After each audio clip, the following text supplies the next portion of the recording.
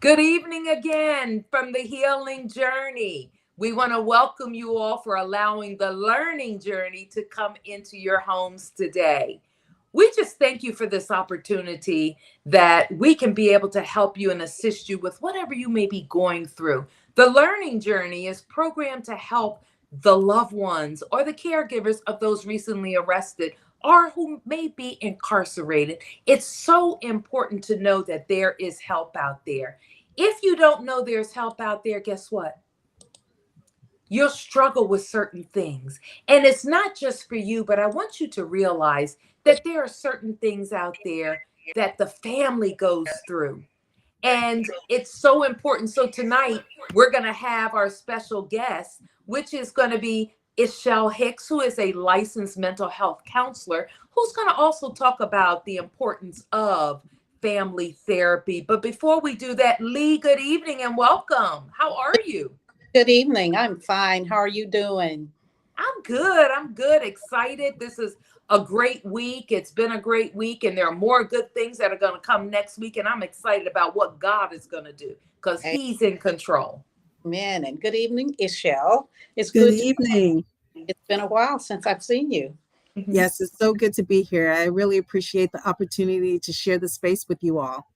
Thank you. So, Lee, you got on pink tonight. What's the I'm pink wearing for? my night as we end the month of breast cancer awareness. Most of us have one a loved one, a family, a friend, someone that's been affected by breast cancer. It doesn't only affect women, men are affected also. So I say to you, if you suspect something, seek medical attention, get your bi-yearly and yearly exams. Early detection can make a world of difference. And I say that because 2 years ago, I was diagnosed with pre-breast cancer. It was a stage 0, but 2 surgeries later, I'm testing okay. Ask questions if you're not sure. Seek medical attention. It's real, and it can make the difference between going through surgeries, life. It can make the Mhm, difference between life. mhm. Get your exams. Thank you for being transparent. People need to hear that. Yeah.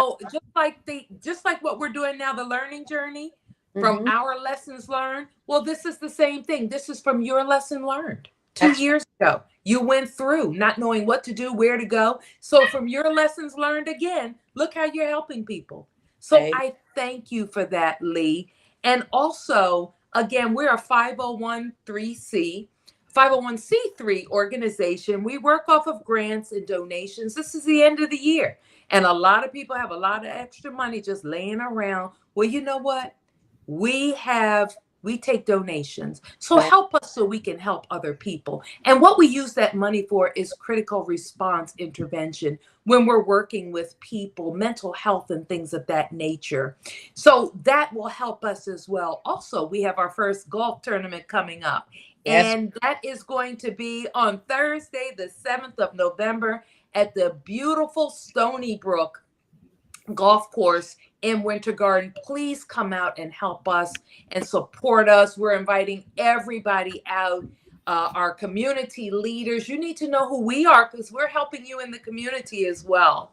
We're inviting law enforcement out. We're going to have our long shot veteran who's going to be out there, and he makes a mean Bloody Mary. He's Mm. going to be there, and see if you can beat him on the long shot. We're also going to have our charity auction out there with some good things. Christmas is coming up. So there's some trips and things of that nature. There's going to be food, fun. We're just going to enjoy it that day. So please come out and support us. We also have our 5K race that's coming up again in January at Yay. Harbor Park and Winter Park. Ashelle was one of the participants last year. So please come out and support us on these endeavors. You can find all of this out at our website, or you can go to the Facebook page. We're also on YouTube. So make sure that you do sign up. So without further delay, I want to introduce my good friend, Ishelle Hicks, who also worked in cooperation with juvenile justice system. So she's got experience in this area. And we thought it would be a good time for her to talk about family therapy because children suffer just like adults do. And then the mother and father, I remember when I was going through, my mother and father were suffering just like I was because they had a hand in helping to raise him and had some quality time with him. So this was hard for them. So without further delay, Ashell, welcome. Thank you so much, Lynn. Thank you so much, Lee. I appreciate the opportunity to be in the space and to share with our viewers tonight the importance and the benefits of family therapy. And as you mentioned, whenever there is a situation where a family member is incarcerated, it does impact the entire family, not just, the adults dealing with the legal system, but the children that are witnessing it all and don't necessarily have the vocabulary, the language to express their thoughts and feelings. So I just want to share with our audience tonight more about family therapy and some of the benefits of family therapy. I'm also going to go a little bit into ambiguous grief and a little bit about trauma. I'm sure there's some things that you've touched on, but I couldn't help but to bring it in. So the first thing I wanted to highlight is that with family systems, even though there might be one individual that might be considered the target of needing therapy or counseling or any type of social services, it usually does impact the entire family system. And the entire family system can include the parents, grandparents, cousins, uncles, people in the home, people outside the home. But it also includes our community, which is made up of our churches, our schools, and in places where we work. So when we look at family therapy, we look at systems and we look at the roles of everyone in the family. So we not only have our mama and our grandparents, but sometimes you may have a situation where grandparents might be influencing the parents, where grandparents may be influencing the children, where siblings may be influencing the siblings. And when there's a situation such as incarceration, there's trauma. And the thing that we understand about trauma now is that trauma impacts everyone differently. The way trauma and a traumatic event may impact Lynn may not necessarily be the same way it impacts Lee, or that it may impact Ishelle. And with understanding trauma, it changes people. It doesn't have to be a situation where it looks like someone is depressed or look like someone is anxious or look like someone is suicidal. It can be a slight change, a change in behavior, a change in interacting, a change in communicating. And this is where family therapy comes into play. What we do as family therapists, we come in and we do an assessment. This includes the whole family that comes into the home frequently, family that lives in the home. Then once we do the assessment, we look at the history of the family. We look at different triggers or different things that may have happened. So in the case of incarceration, it may be the entire trial. It may be the situation of actually seeing a sibling arrested or a parent arrested, or it may be being a witness during a trial, or even going to visit a family member that's incarcerated. We look at all of that. And then once we look at that, we then sit with the family and we ask the family to come up with goals for communication, goals for conflict resolution, goals for rebuilding relationships. Because a lot of times when there's trauma, there is some break. There's feelings of shame. There's feelings of guilt. What could I have done differently? There's feelings of sadness, of loss. There's all those feelings. And I want to touch here on ambiguous grief. So Lynn and Lee, what do you guys know about the concept of ambiguous grief? I'm so happy that there's a term for it now, because I believe that we've all experienced it, but now people can actually name it. So when you hear ambiguous grief, Lynn, what are your thoughts on that? It's not black and white. It's just, it could be so many different components to it. And that is so important because no two people experience grief the same way. So Correct. when you're talking about ambiguous, There's no one rule of thumb. It can have many parts. It's not black and white. It Right. could be ambiguous, different colors, different size. However you look at it, it's no one rule of thumb. Correct. And the interesting thing about ambiguous grief is that we are grieving something that is lost, someone that is lost, even though they're still here. So Mhm. when someone is incarcerated, you're still dealing with all the feelings of grief that you would feel as if they have died. And for children in particular, they don't know how to express that. So the way you see it is usually in behavior, usually Yes. acting out. That's when you have increased behavioral issues in school, Mhm. increased behavioral issues at home. And a lot of times, family members seek therapy for the child, not recognizing that they need family therapy for the whole family. Mhm. So once we get into it, after we do our assessment, we come together and we identify goals. Mhm. Once we identify the goals, we look at, strategies in a treatment plan. The strategies include things like putting together a genogram. So Mhm. with a genogram, I find it really great for our children to do a genogram because they get to see the history of their family in picture. They get to see the generations, and we've spoken about generational trauma, Mhm. and it is real. And so the genogram helps us to pinpoint that. Then after that, we look at a timeline. We have everyone sit down and we look at timeline of when different events took place and how those different events impacted and influenced the family. And that's helpful as a therapist because then we know, what to address. We know how to we then get everyone to see everything on the same page versus one person having one perspective and another person having another perspective. Because once we're able to bring the perspectives together, then we can address the issue. Some of the ways that we address issues in family therapy is by doing reframing work, using a cognitive behavioral therapy strategies where we have our family members, share their thoughts, share their feelings, and helping to reframe. We also do things such as enactments. If there wasn't a fight that happened, we'll actually have the people involved in the fight and we reenact it where we've taught different skills, taught different ways of resolving conflict. We will react it so that they can practice and actually learn different ways of doing things. Wonderful. Third, we really focus on building relationships, Mhm. developing relationships. Lee, when you are gone, for example, what is the most important thing for you? Is it going to be, actually, just answer the question. When you leave this earth, what will be the most important thing for you? What's left behind, a legacy. My son, my granddaughter. Hmm. Mhm. And When with I your son, and with your son and your granddaughter, what are you doing now in order to establish that relationship with your son and granddaughter?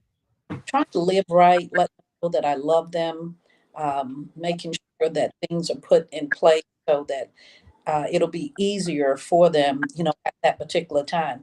That's a hard time for most people, for everyone. So I'm trying to lay things in place and stuff to make it easier when I transition and when they go through grief that's involved with those 7 steps. Mhm. Yes. So, in family therapy and in most therapies, there's usually homework assigned. The homework assigned is designed to have our families, our clients actually practice skills, strategies, so that when the therapist leaves, they continue to do that. So, with relationship building, there might be homework assignments such as stay close, where you sit and you actually have a conversation with your child who has experienced losing a parent to incarceration.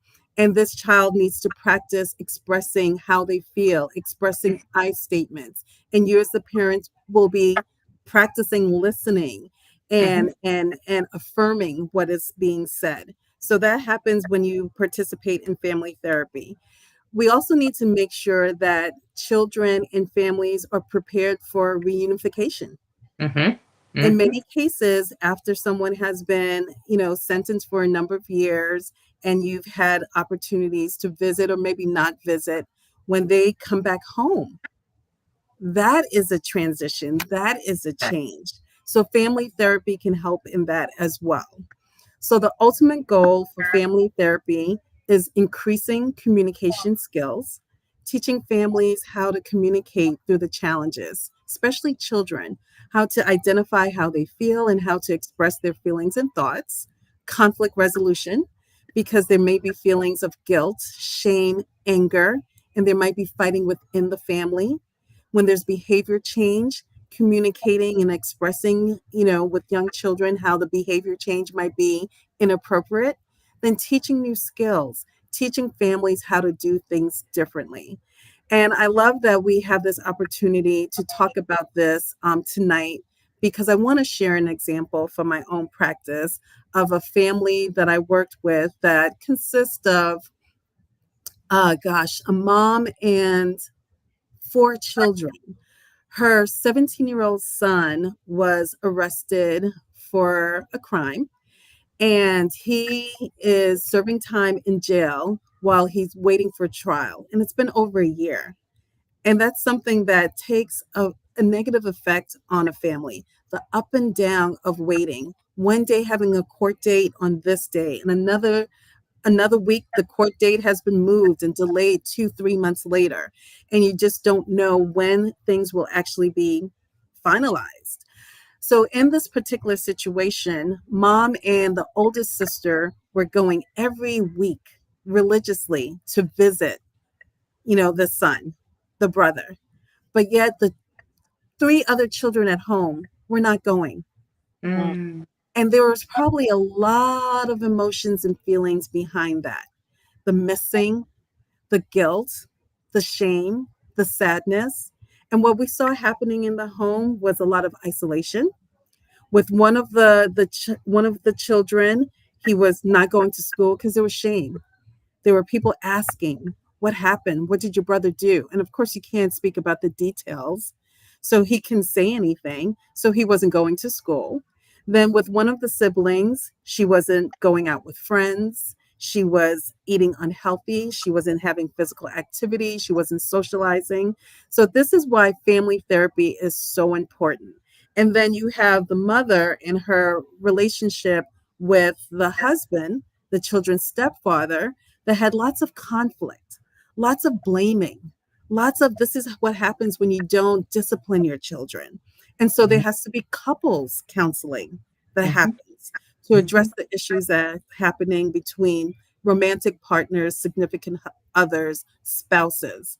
So this is why family counseling, family therapy is beneficial for any family, but specifically, our families dealing with family members that are incarcerated. Mhm. Lynn, Lee, any questions, any thoughts that you would like to add? Yes, for me, I always look at family therapy, and you brought out so many good points because the way I explain it to people when I'm doing family therapy, goals, communication. Each member of the family communicates differently, but I look at it such as a bicycle. When you have a bicycle, you have a wheel, and on the wheel of the bike are spokes. So if one spoke is broken, your wheel is not going to roll smoothly. So that's how I explain family therapy to people. So if the child is acting out, your family system is broken. You need some repair for it. And you brought out so many good points about trauma and incarceration and how it changes people. It changed my life forever. Some good, some bad things, but mostly good things because that relationship with God just it got strengthened. So that is really really good. And the impact of that trauma was, I think you mentioned court and seeing my son who never said no to me in shackles and chains. That was the impact that really got to me. And I forever have that picture in my mind, but it doesn't affect me the way it did before. Because with trauma, you're exposed to that over and over again, imaginal therapy and things of that nature, which can help. So if you're the loved one and you have some issues from that trauma, as Excel said, get into some therapy. It's good because you want to build relationships. And you mentioned something that I still think about: reunification. Mhm. It'll be almost 15 years when he comes out. Okay, well, you go and see him, but what is he really like now? You Mhm. know, I mean, you really, as a parent, Lee, I know you went through that. What has changed in their life? Mhm. Are they going to need therapy as well when they come out? Because remember, they're told when to get up, when to go to sleep. They're used to being on lockdown, being in confined areas. So all of that is going to change for them. So that is going to change you in the family. Mhm. Every member of that family is going to have to learn to communicate differently. And one thing that me used to being in the school system, I used to see this a lot: behavior issues. The behavioral issues with children, sometimes that's how they express themselves, Correct. with trauma, with divorce, with incarceration, and things of that nature. Shame and guilt. Christmas time. That is, children are really, they love Christmas, but if their loved ones are incarcerated, Right. they may have that shame and guilt, and not the guilt as much as the shame, where Mhm. my mommy is in prison or my father's in prison. Mhm. So you brought out some very good factors here Yeah. about trauma and how it affects you, and how important family systems therapy is. If mama's getting help and you don't, there's going to be a problem somewhere. You need to learn how to have conflict resolution. Lee, can you comment on any of those things from Oh, your experience, your lessons learned? yes, yes, yes. I feel that therapy is very important, and unfortunately, we don't always get that, or we don't always seek that. But it's so important because you're talking about a time when, as Michelle said, grief has been, you go through some grief, so there's a breakdown there. Mhm. Need to get it back together. We don't all handle it the same and stuff, but you go through the grieving of that person, your loved one, going through the system. So the thing that sticks out to me that left a picture in my head was to see my son in court with his feet shackled or his hands, Mhm, and not being able to reach out to him, or so not being able to talk to him.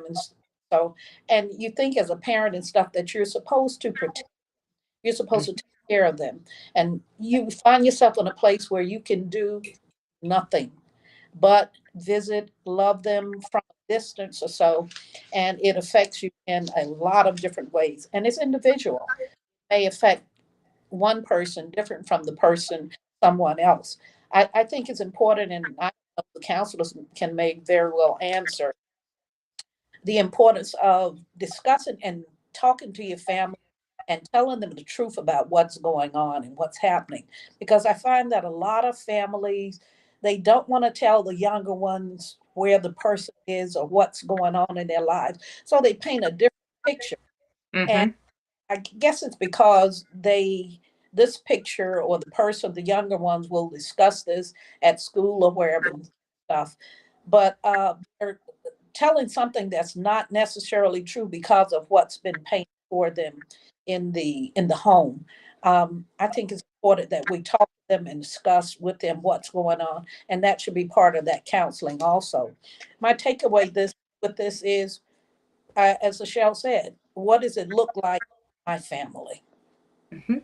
And we Mhm. talk about that. We need to talk about that and discuss it, because it is a place where you find trauma, and it affects everyone within that circle. Like she said, the home, the church, the workplace, your whole life has been affected through what you're going, as well as your person that's incarcerated. They're going Correct. through, Exactly. and they need some counseling while they're in there. And certainly on the back end of it, when they come out and stuff, I feel that you all need counseling together to help you get through this. So much has changed. The whole world has changed for that person. Oh So yeah. go through some counseling with that person so that you can get back to where you were or where you were once they come home. Yes. Yes. You mentioned something that reminded me of something. You said it forever changes your life. Trauma does change you. You Mhm. know, you never know when it's going to happen and be on your doorstep next. You Mhm. never know. So I was at an event this weekend for our lessons learned, and someone wanted to know what my agency, what the organization was all about.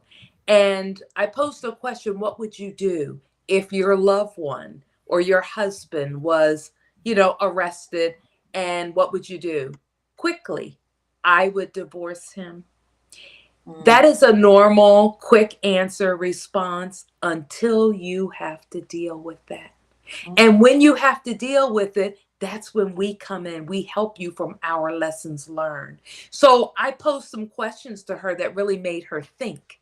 And she really thought about it. She said, wow, I didn't think about this and I didn't think about that. You never know the response that you're going to have until you're posed with that issue. So that's what we're here for. And I know there are some people out there that are dealing with things, but you know what? Therapy and the support groups give you a chance to get it up and out. That's what you do in therapy, up and out. So think about getting that therapy. Think about, I need this. Dispel the myths and all of those little reasons why you don't want to do it, and do it. It will forever change your life. Just like trauma changed your life, well, therapy will forever change your life. And Ishelle, you know as well as I do how your clients will come back and say, wow, my life changed. Thank you. I'm not Mhm. the same. Well, this incident changes your life, so allow therapy to change your life for the good and change your family's life. And it's not just, my life, your life, it's generational. Yeah. Yes, If yes. you learn how to do things differently within the family system now, your children's will do things different. And then all these issues that have been generational issues we'll find ways to mitigate them. And then eventually we'll learn how to manage and deal with them in a way that's effective for our family. And some of the points that Lee and Yulin made was that when you were talking about the individual that you met with over the weekend, is that family therapy addresses roles, because when Yes. someone is incarcerated, sometimes the roles will change in the family. Mm-hmm. And so that's a transition, and that's something that people need to work through. Um, Sometimes now we have to teach boundaries, different boundaries. Sometimes there is a hierarchy that may change if grandmother was in the house and parents, and now there's a situation where one parent is incarcerated and another parent has decided to leave the home. So Mm-hmm. those all of those things are addressed, and we work with the family to help them figure out how to function Mm-hmm. together Mm-hmm. to address whatever issues they may all be addressing.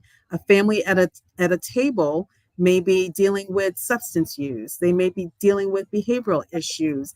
They may be dealing with depression, eating disorders. And so when you have family therapy, the family therapist comes in to help the family deal with all of those issues, as well as managing everything that's happening externally with a family member that's either been arrested, has been sentenced, or going through a trial. Yes. And Yeah. it's so interesting that you said that. We have a comment for you. It is crucial that adults actually listen to and hear what the child is saying. Intentional listening and hearing is what is needed, because that is what they're going through. The children are suffering and we don't like that. We don't hear them. Go back in your room. No, they're exposed to this and they need ways to navigate around this as well. Yes. Navigation is the key. It's another challenge that has been posted up before. So we need to learn how to navigate those challenges. Hmm. And that is so important. Ishelle, you have brought out so many good things this evening. And we're here. We support the loved ones because we know what they're going through. I'm still in it. So I know last weekend I went to see my son, and you know Mhm. what? I get those same feelings. Mhm. When he comes out, I hug him and I love him. And, I get those same feelings that, I miss him. I can't take him with me. We understand. Lee's been through the same thing. So that's why this has started from our lessons learned. We want to support you. We want to help you. Help us help you. Let us know what you're struggling with. We have several cases that we're dealing with now. And, they're so grateful for the assistance that we're giving them. And it's something. There's some things that need to change in the system. We realize that. But the change also comes with voting. Let voting be your voice That's right. because they're the ones that make some of the rules for the states and the city commissioners and things of that nature. So make sure that you do get out. Don't say, I don't want either of them. You need to get there and vote. This is crucial. So make sure that you do that. Ashell, we thank you so much for just your experience, your expertise, and just your demeanor in delivering this tonight. You have just made us think about so many things when dealing with family systems therapy. It is Yes. so important. We would love to have you back on here again. Okay. Great. I would love to. And I think this is a great space. You're doing the community a great justice by offering this information and just being there to support these families. So thank you, Lynn. Thank you, Lee. Thank you. We want to educate, inform, and expose them to different things that are out there they might not know about. Because remember, this is a new journey, but you're on the learning journey with us and the healing journey. So come with us, and we're going to help you along this path. Lee, any closing remarks for you? Um, I thank Michelle for all the information that she brought and stuff, and I'm sure it's very, very helpful to a number of people that are listening tonight, because there's so many of us trying to navigate the system, and it's helpful when you learn things along the way. Um, Also, I was thinking in terms of with the counseling or so, because you're dealing with so many different and stuff, and you have friends and family that some will approach you, some tiptoe around it. So we have to know how to handle those situations. Mhm. But our lessons learned in the healing journey, as Lynn brought out and stuff, we try to bring topics of incarceration, mental health, law, and we also want to ask that if our audience have specific topics that you want to discuss, reach out so that we can talk about those things and discuss them with you. Because, as Lynn said, we're all on this journey together and we want to help. We learned along the way, we reached out to the next one or so. So let's help each other as we go through what we're going through. And as Lynn said, also get out and vote. That's where it starts. We Yes, it does. make these rules are being made right there in that booth when you push that level to vote for the candidate of your choice. And this is very, very crucial. It's very, very important. Early voting has started. Get out and vote early. It happens until November 2nd, early voting. And if you can't get out, then certainly be out on election day. Don't go alone, take someone with you, and so that they can vote also, so that we can change these laws. And for some reason or another, I just have to say, don't be deceived by some of the information or the promises that are being made to you. We as a people have to look a little bit deeper so that we can make the right, correct choice when we go in there to vote. Um, I think in terms of the candidate that's running now, who's up for election, and what comes to my mind is the simple fact that my son can't run for president, or probably won't ever be able to run for president. So again, we have sets of rules that we've had for a very Mhm. so I think those things when I went to the poll to make my decision, um, who I would vote for stuff, because the candidate that I'm thinking terms of is no better than my son. He's not any better than your son. But we got to navigate the justice system in such a way we'll know that we are still important, still a person of worth as they go through that system. And we have to assure them of that. So until we get on the other side of this. Thank you, Rochelle. Enjoyed you. Yes. Thank you all. Thank you all for being with us tonight.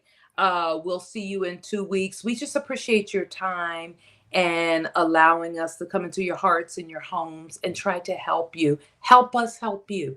Tell us what you need. We are available. Help us help you. Good night, everybody. Good night.